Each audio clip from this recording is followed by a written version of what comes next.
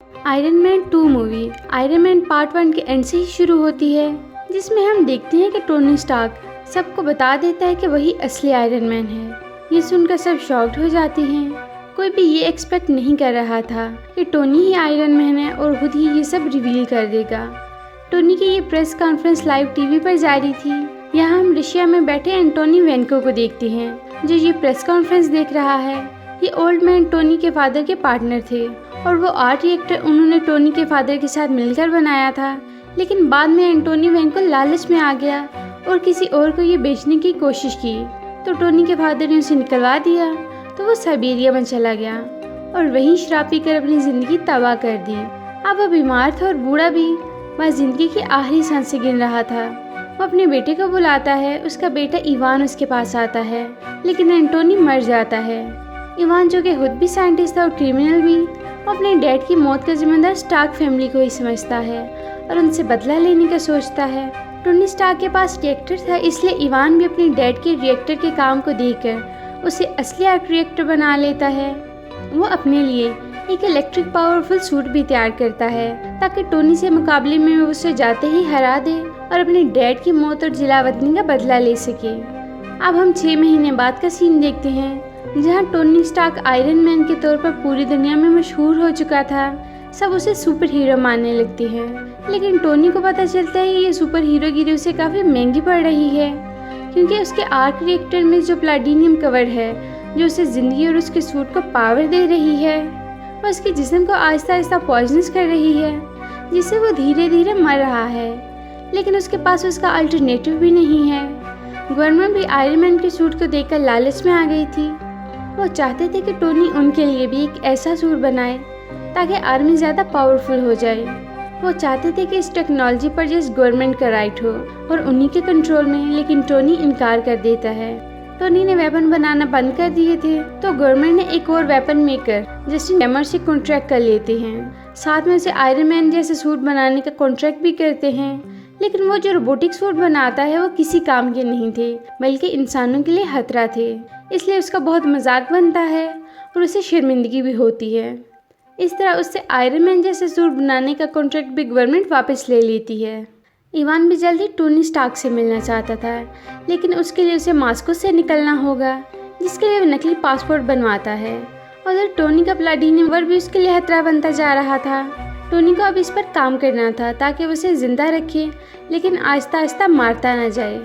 उसे डर था कि अगर वो मर गया तो उसकी कंपनी को कौन संभालेगा, तो अपनी सेक्रेटरी पेपर पोर्ट्स को कंपनी की मालिक बना देता है। कागजी कार्रवाई के लिए नताशा आती है।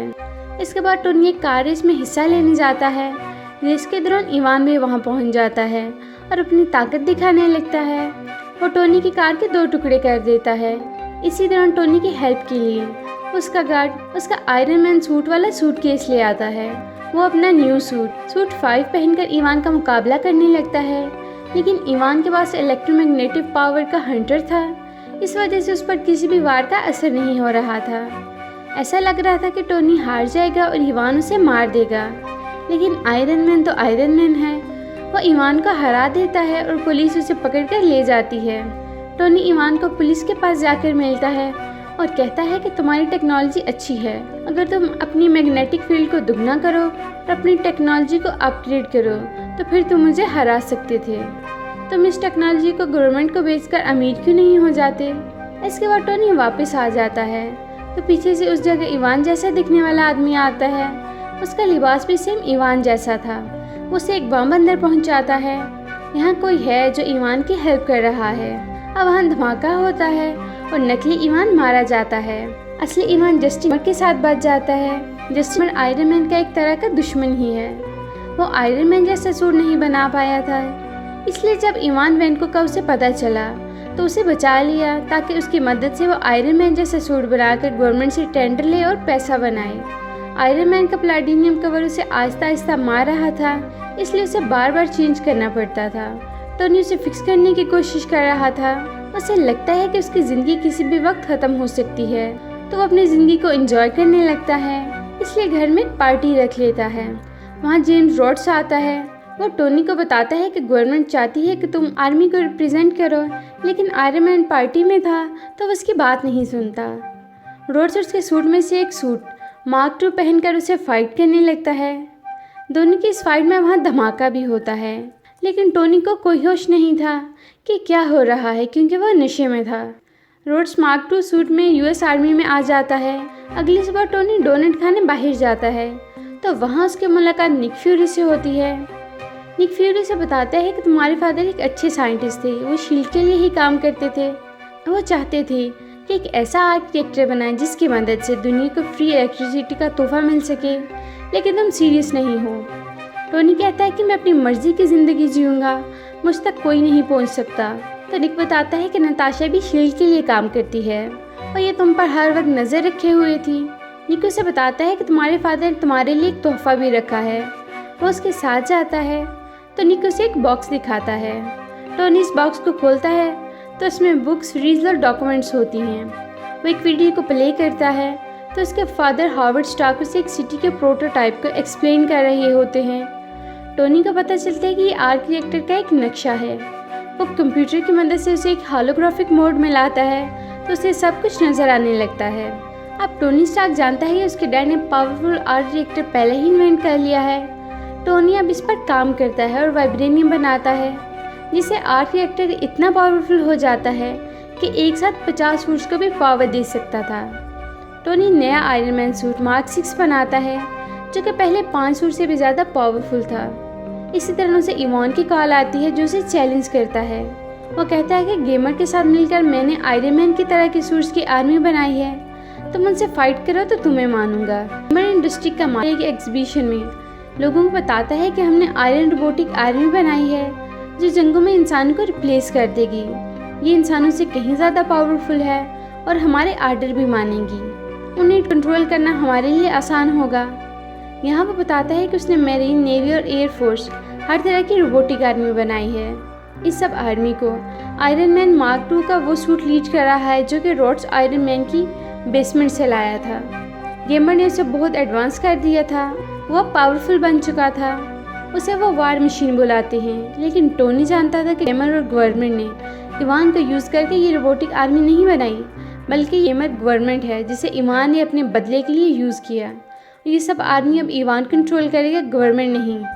टोनी गेमर के पास जाता है और उसे सारी बात समझाता है कि इवान कैसे शहर पर अटैक करने वाला है, लेकिन उसकी एक नहीं सुनते। इसी दौरान इवान अपना काम करना शुरू कर देता है और वार मशीन का कंट्रोल उनसे छीनकर इवान अपने कंट्रोल में कर लेता है। टोनी सबको कहता है कि यहाँ से निकल जाओ और गेमर को बाकी आर्मी को डीएक्टिवेट करने का बोलता है, लेकिन वो सब अब इवान के कंट्रोल में थे, वो कुछ भी नहीं कर सकते थे। टोनी एक खाली मैदान में जाता है जहाँ सारी आयरन मैन आर्मी भी आ जाती है। अब यहाँ जंग होने वाली थी। यहाँ नताशा उनकी हेल्प के लिए आती है और इवान जिस जगह से आर्मी को कंट्रोल कर रहा था वो वार मशीन का कंट्रोल वापस रोड्स को दे देती है ताकि वो बाकी रोबोट्स को कंट्रोल कर सके, लेकिन वो नहीं कर पा रहा था। तो अब टोनी और रोड्स को इस आयरन आर्मी से फाइट करनी थी, तो वो रेडी थे। फाइट शुरू होती है तो दोनों रोबोट्स का मशीनी कीमा करना शुरू कर देते हैं। फाइट बहुत घुमसान की होती है, लेकिन जीतना तो आयरन मैन और रोड्स का ही था, वरना मार्वल सीरीज़ की नेक्स्ट मूवीज़ कहाँ से आती। और जब रोबोटिक आर्मी खत्म हो जाती है तो इवान खुद सामने आता है। उसने एक पावरफुल सूट बनाया था, जैसे कि उसे टोनी ने सजेशन दी थी कि रोटेशन को दुगना कर दो। तब उसका सूट इतना पावरफुल था कि किसी भी आयरन मैन सूट का मुकाबला कर सके। दोनों की फाइट शुरू होती है, लेकिन इवान आयरन मैन के काबू में नहीं आ रहा था। इवान टोनी के सभी पावर्स को जानता था, इसलिए उसने सबका तोड़ करके रखा था। अब आयरन मैन को याद आता है कि उसने और रोड्स ने रिपल्सर बीम से एक बड़ा धमाका किया था। अब रोड्स और टोनी अपना रिपल्सर बीम ऑन करते हैं, जिससे वहाँ एक धमाका होता है और वेपलेश मारा जाता है। फिर निक फ्यूरी टोनी को बताते हैं कि एवेंजर इनिशिएटिव में आयरन मैन सूट को तो अप्रूवल मिल गया है, लेकिन टोनी को नहीं। अगर टोनी को एवेंजर इनिशिएटिव में रहना है तो कंसल्टेंट के तौर पर रहना होगा। टोनी मान जाता है और कहता है कि आपको एक काम करना होगा, सेनेटर को आपको कुछ करने का बोलना होगा। अब हम देखते हैं कि सेनेटर एक तकरीब में टोनी और रोड्स को तमगा देता है कि आप दोनों ने बहादुरी दिखाते हुए कैलिफोर्निया और इस शहर को मुसीबत से बचाया है। यहीं पर यह मूवी खत्म हो जाती है। फिर हम पोस्ट क्रेडिट सीन में मेक्सिको का एक इलाका देखते हैं जहां थोर का हथौड़ा आकर गिरता है और शील्ड को इसकी खबर हो जाती है, यानी कि अब नेक्स्ट मूवी थोर आने वाली है।